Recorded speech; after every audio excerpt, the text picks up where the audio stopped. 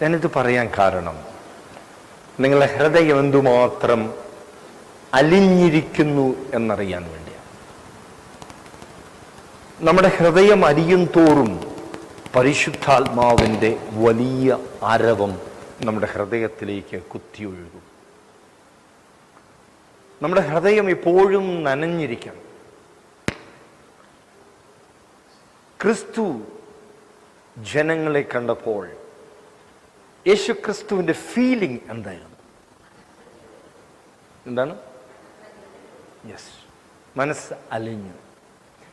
Compassion.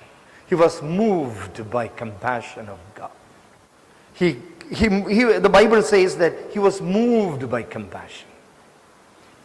Why compassion? എന്തുകൊണ്ടാണ് ആ അലിവ് അവരുടെ ഹൃദയത്തിൽ വന്നത്? Why?